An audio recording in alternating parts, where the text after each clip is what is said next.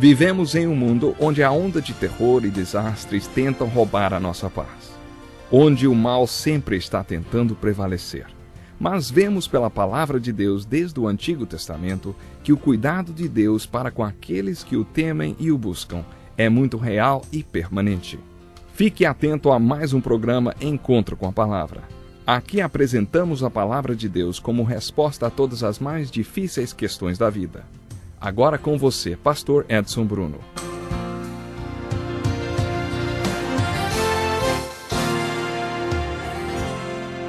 Seja muito bem-vindo para mais um Encontro com a Palavra. É muito bom contar com você para aprendermos juntos um pouco mais da Palavra do nosso Deus. Esse programa é parte de um estudo introdutório de todos os livros da Bíblia, dividido em 360 programas. Já vimos todo o Velho Testamento e até o 5º livro do Novo Testamento, o livro de Atos. Esse livro descreve o nascimento da igreja, que aconteceu no dia de Pentecostes. Chegando o dia de Pentecostes, estavam todos reunidos num só lugar. De repente veio do céu um som como de um vento muito forte e encheu toda a casa na qual estavam assentados. E viram que parecia línguas de fogo que se separavam e pousavam sobre cada um deles. Todos ficaram cheios do Espírito Santo e começaram a falar noutras línguas conforme o Espírito os capacitava. Havia em Jerusalém judeus tementes a Deus, vindos de todas as nações do mundo. Ouvindo-se o som, ajuntou-se uma multidão que ficou perplexa, pois cada um os ouvia falar em sua própria língua. Atônitos e maravilhados, eles perguntavam: acaso não são galileus todos esses homens que estão falando? Então, como os ouvimos cada um de nós em nossa própria língua materna? Atônitos e perplexos, todos perguntavam uns aos outros: que significa isso? Alguns, todavia, zombavam deles e diziam: eles beberam vinho demais. Então Pedro levantou-se com os 11 e, em alta voz, dirigiu-se à multidão: homens da Judéia e todos os que vivem em Jerusalém, deixe-me explicar-lhes isto. Ouçam com atenção. Estes homens não estão bêbados, como vocês supõem. Ainda são 9 horas da manhã. Ao contrário, isto é o que foi predito pelo profeta Joel. Essa é a descrição do dia de Pentecostes no capítulo 2 de Atos. É importante que nós entendamos um pouco mais sobre esse poder dado à igreja. A primeira coisa é que este acontecimento ocorreu num dia sagrado chamado Pentecostes. Pentecostes é o dia em que os judeus comemoravam a colheita que Deus lhes tinha dado. Era um dia especial e de festa. Eles sabiam que Deus é a fonte de todo e qualquer processo que gere vida e faça a terra dar seus frutos. Esse dia era importante e muito tradicional dentro da história dos hebreus. O evento do Pentecostes ocorreu no dia em que eles comemoravam a colheita por um significado, uma simbologia importante. A grande colheita estava para começar. Deus estava começando a sua maior colheita. Quando Jesus falou desta colheita, ele disse: abram os olhos e vejam os campos, eles estão maduros para a colheita. Jesus estava dizendo que o povo estava maduro, pronto para o seu evangelho, interessado nas coisas espirituais. Abram os olhos e vejam os campos, eles estão maduros para a colheita. Deus começou a construir sua igreja no dia de Pentecostes. Você está lembrado do propósito da igreja? O propósito da igreja era a grande comissão. Vão, façam discípulos e construam minha igreja fazendo discípulos. Esse é o propósito para o qual o poder do Pentecostes veio. E é por isso que veio no dia da colheita, no dia do Pentecostes. Quando chegou o grande dia, sinais e maravilhas acompanharam a vinda do Espírito Santo. Como eu já disse, talvez o maior de todos os milagres tenha sido as 3.000 pessoas que se tornaram discípulos naquele dia. Lembre-se, foi para esse fim que o poder foi derramado. Nunca se esqueça disso. Mas outros sinais também fizeram parte da vida do poder pentecostal. Houve um som, um barulho como de um vento muito forte. Esse barulho foi tão forte que atraiu as multidões que vieram para ver o que estava acontecendo. Talvez tenha sido como o barulho de um furacão ou alguma coisa parecida.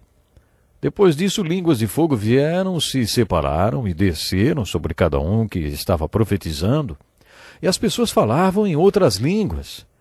O interessante a respeito deste fenômeno é que todos entendiam o que estava sendo dito. Não importava que língua era falada, todos entendiam.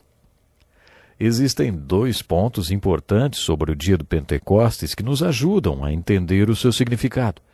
A primeira pergunta que fizeram foi: que significa isso? Quando Pedro disse: deixe-me explicar isto. Isto é o que foi predito pelo profeta Joel. O que Joel profetizou foi que nos últimos dias Deus derramaria seu Espírito sobre seus filhos e filhas, e que eles profetizariam. Lembrem-se do que aprendemos quando estudamos os profetas. Um profeta é alguém que fala por Deus ou através de quem Deus fala. Profetizar é falar por Deus. Quando Moisés foi para o Monte Sinai e intercedeu pelo povo, foi um profeta. Quando Deus deu a ele uma palavra para o povo, e Moisés chegou lá embaixo com aquela palavra de Deus para o povo e a anunciou, ele foi um profeta. Deus falando através de um homem é profecia. No capítulo 2 de Atos, a mensagem veio através do milagre de línguas e foi uma profecia. Esta profecia era uma mensagem de Deus para os homens. O capítulo 14 de 1 Coríntios, no Novo Testamento, é um texto que fala sobre línguas. O dom de línguas sobre o qual Paulo fala nesse texto parece ser diferente das línguas faladas no dia do Pentecostes. O texto de 1 Coríntios diz o seguinte: pois quem fala em uma língua não fala aos homens, mas a Deus. De fato, ninguém o entende. Em espírito fala mistérios. Essas são as palavras de Paulo. Nesse caso, a pessoa não fala línguas, mas mistérios. Portanto, não fala para homens, e sim para Deus. A pessoa está falando com Deus, não com homens. Os homens não conseguem entender porque fala mistérios no espírito para Deus. Essa manifestação de línguas é diferente da ocorrida no capítulo 2 de Atos. Pedro disse: isso é profecia. Foi o que o profeta Joel disse que aconteceria, que os filhos de Deus profetizariam quando o Espírito de Deus fosse derramado sobre eles. Isto aconteceu no dia de Pentecostes. Essa profecia superou a barreira dos idiomas e foi dirigida aos homens. Parece-me que no texto de 1 Coríntios 14, o dom de línguas é outro assunto. O dom de línguas naquele texto parece ser uma linguagem de oração, que permite que expressemos a Deus o que só é possível através da manifestação de línguas. Em Romanos 8, Paulo fala assim, o Espírito nos ajuda em nossa fraqueza, pois não sabemos como orar, mas o próprio Espírito intercede por nós, com gemidos inexprimíveis. O Espírito Santo pode controlar nossa língua e expressar coisas inexprimíveis. Esse é o dom de línguas. Entretanto, o que aconteceu no livro de Atos, no dia de Pentecostes, foi um sinal, uma maravilha que veio junto com a vinda do Pentecostes. Essa manifestação de línguas era outra coisa. Esse dom de línguas era profecia. Lendo o livro de Atos, descobrimos que aconteceram várias experiências de Pentecostes. Houve um Pentecostes quando o Evangelho começou a se espalhar em Jerusalém. Quando a mensagem foi para Samaria, houve outro. O Espírito Santo veio outra vez, como veio no dia de Pentecostes. Depois o Evangelho rumou para o mundo gentil, não judeu, como lemos no capítulo 10 de Atos. E aí houve mais um Pentecostes. Quando foi para a Europa, também aconteceu uma experiência muito bonita, uma intervenção divina no ministério de Paulo. Essa experiência o impediu de ir para a Ásia e o dirigiu para a Europa. Depois, quando o Evangelho se espalhou pela Ásia e foi para Éfeso, houve outro Pentecostes. O livro de Atos relata vários Pentecostes. Procure identificar cada um deles. Observe como cada um está relacionado com o propósito da igreja, que era e ainda é a grande comissão. Mas receberão poder quando o Espírito Santo descer sobre vocês, e serão minhas testemunhas em Jerusalém, em toda a Judéia e Samaria e até os confins da terra. O Pentecostes se manifestou de várias maneiras à medida que a grande comissão foi sendo cumprida. Observe mais uma coisa enquanto estiver estudando o livro de Atos. Observe os padrões que surgem na primeira geração da igreja. Apenas recapitulando, observe o propósito da igreja, a promessa para a igreja, o poder da igreja. Observe a performance da igreja. Observe a pregação e o povo que compõe a igreja. Além disso, observe também os padrões que se estabeleceram no surgimento da igreja, porque esses padrões se tornaram exemplos para nós sobre quem tem chegado o fim dos tempos. Observe principalmente o padrão da própria igreja. Podemos chamar este padrão de as marcas visíveis da igreja invisível. Você sabe se a igreja da qual você faz parte é uma expressão visível da igreja invisível? Os teólogos afirmam que existem marcas da igreja visível e da igreja invisível, ou da igreja universal e da igreja local. Paulo escreveu: a igreja que está em Corinto. Lembram? A igreja de Deus é invisível.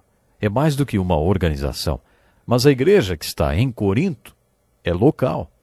Esta é visível e é uma expressão da igreja invisível.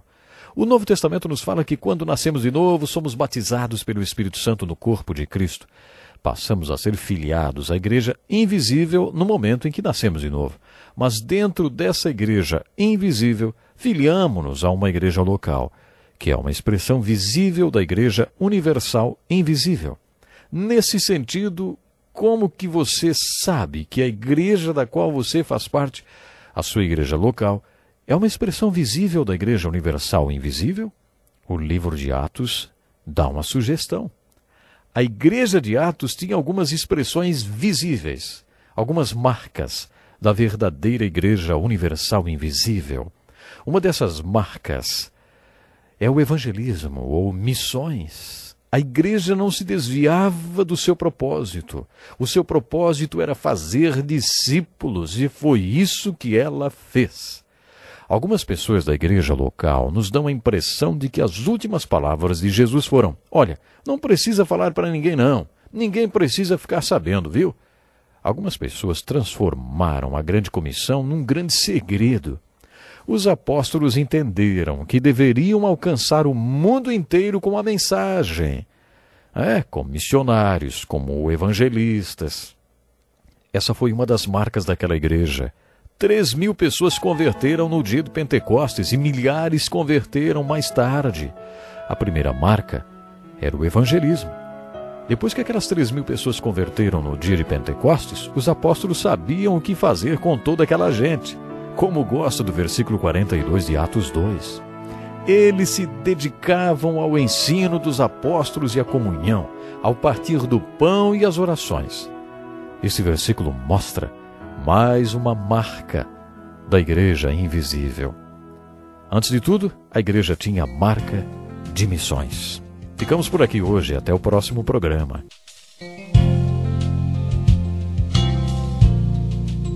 Que lição importantíssima.